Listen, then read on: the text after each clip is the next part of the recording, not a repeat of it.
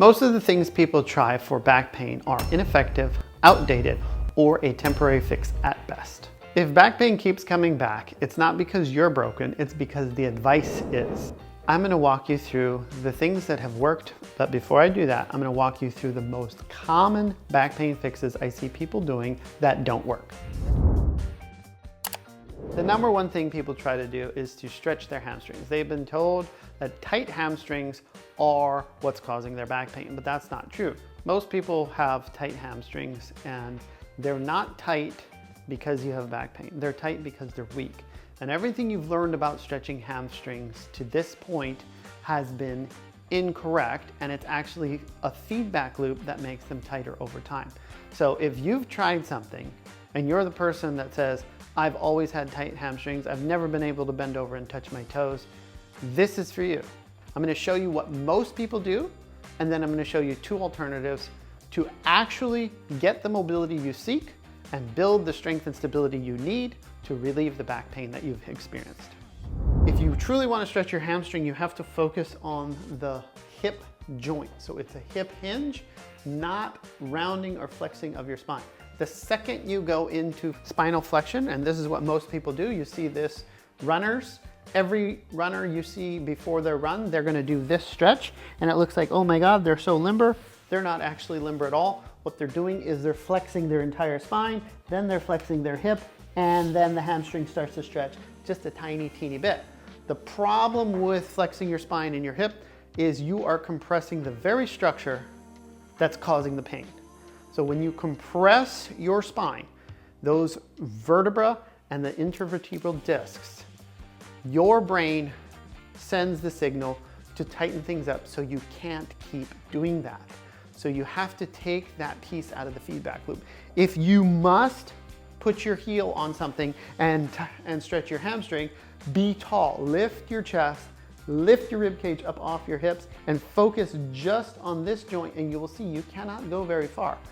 If you find yourself getting too far forward and you feel like you're gonna bend your spine, which we don't wanna do, you just simply pull your toes up. That's gonna get the heel further from your sits bone and lengthen the entire kinetic chain. So a hamstring stretch, tall, lift your ribs up off your hips, pull your toes towards your nose, and then lead with your chest. And you don't have much range of motion, and it's a huge stretch on your hamstrings. That's moderately passive. To make that even better, you want to use what's called reciprocal inhibition. You have your hamstring on the back, you have your quad on the front. If you alternate contraction of the quad with a stretch of the hamstring, your brain will reverse the feedback loop and you'll get better faster. The other two are either child's pose or bringing your knees to chest. So knees to chest, people lay on their back and they bring both knees to their chest and they hug them, and sometimes they roll around and rock around, and they say that that's gonna relieve low back pain and tension. That goes back to the same issues with the hamstring stretch, because to bring your knees to the chest, you're taking your pelvis into flexion, which is pulling your low back. It is counterintuitive because you do feel a stretch on the back of your body, but the structure that's causing the pain, the compression in your spine, is being compressed. And with enough compression, you're gonna irritate those nerve roots that exit at every level of your spine. The other one, child's pose, very similar, except you're kneeling and then you go down into this child's pose where you're supposed to let your hips fall between your thigh bones. That one also is bad because most people don't have the mobility at the ball and socket, the actual hip joint, to get flexion at the hips, to get into the position well. So they compensate by rounding their spine, starting with their low back, and then going into child's pose. And again, counterintuitive, because for many people it does feel good, but it's temporary, short-lived relief because you continue to compress the structures of the system that cause the pain.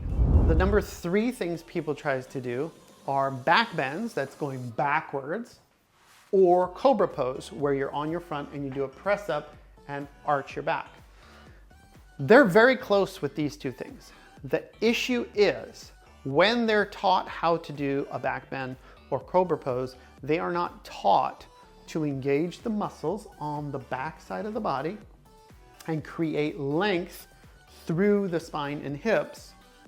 When you contract the muscles on the back of your body, you're engaging reciprocal inhibition. The harder you contract your glutes and the more you stretch or elongate, the more your brain sends the signal to release the tight hip flexors that are pulling you into flexion. The fourth thing people try for their back pain that is temporary at best is ice, heat, and painkillers. These things are temporary. Ice, if you have enough ice, enough cold, you will become numb from the pain. That is not fixing anything, it is distracting your brain from the pain. Heat can be helpful, but not by itself.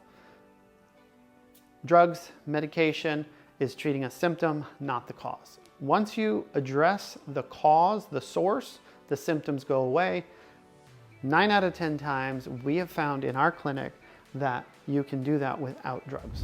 And then the last one, rest, stop the activity that causes the pain. Halfway there. Don't do things that cause it to hurt more, but if you just rest, go lay in bed because your back hurts. One, you might be laying in a position that is compression, so it's not going to help you get out of pain. Two, if you are sedentary for a period of time, you actually lose strength, you lose support, and then you're starting from scratch in pain again. So you want to have activity that doesn't create more pain, but gets you in the direction of relieving or reducing your pain, and then you can build from there to stay out of pain. So avoiding activity has the opposite effect of relieving pain because it can make you weaker, stiffer, and more fearful of activity.